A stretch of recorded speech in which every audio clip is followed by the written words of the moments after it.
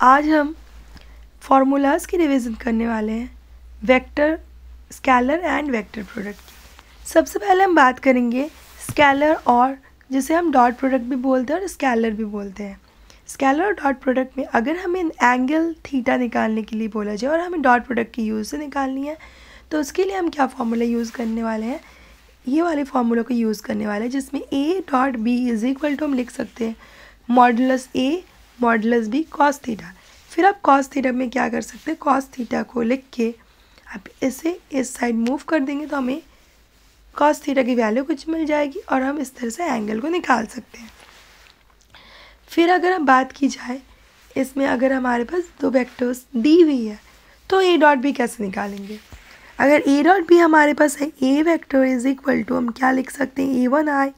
Plus a2j plus a3k and b is equal to b1i plus b2j plus b3k are the two vectors, then a dot b is equal to हम क्या लिख सकते हैं, we can write over here as a dot b is equal to a1 b1 plus a2 b2 plus a3 b3। फिर अगर हम बात करें इसकी प्रॉपर्टीज़ की, जो कि बहुत ही इंपॉर्टेंट है क्वेश्चंस को सॉल्व करने के लिए, तो properties of scalar product a dot b, आप जानते हैं a dot b is a scalar quantity because इसमें कोई डायरेक्शन नहीं होती है। फिर अगर हम बात करें इसकी, यानी थीटा का एंगल जो हमारे पास थीटा है वो अगर ज़ीरो हो जाए तो उस केस में हम क्या करने वाले हैं, so if theta is equal to zero, so हम लिख सकते हैं A dot B is equal to, means हमारे पास यहाँ पे कॉस ज़ीरो, और जानते हैं आप कॉस ज़ीरो की वैल्यू 1 होती है, तो इसके लिए हम लिख सकते हैं कॉस ज़ीरो को हम हटा के, जब थीटा की वैल्यू हमारे पास ज़ीरो है, A dot B is equal to आप लिख सकते हैं modulus of A into modulus of B. फिर अगर हम बात करें इसकी थीटा की वैल्यू, जब हमारे पास अगर थीटा की वैल्यू हमारे पास क्या रहती है 90 डिग्री रहती है, उस केस में हम क्या करने वाले हैं, if theta is equal to 90 degree, A dot B is equal to modulus A modulus B cos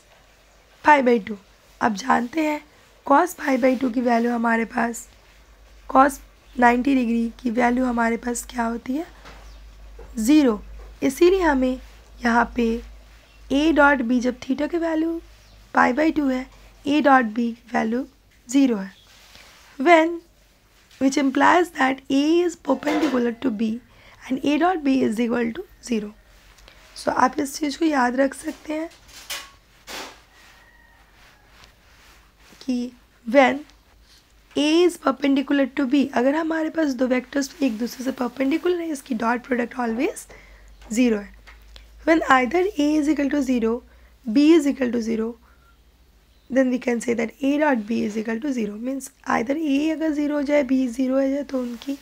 dot product भी ज़ीरो होती है। तो ये डॉट प्रोडक्ट ज़ीरो कब कब होती है, ये डॉट प्रोडक्ट ज़ीरो होती है जब हमारे पास A की वैल्यू ज़ीरो है या फिर B की वैल्यू ज़ीरो है,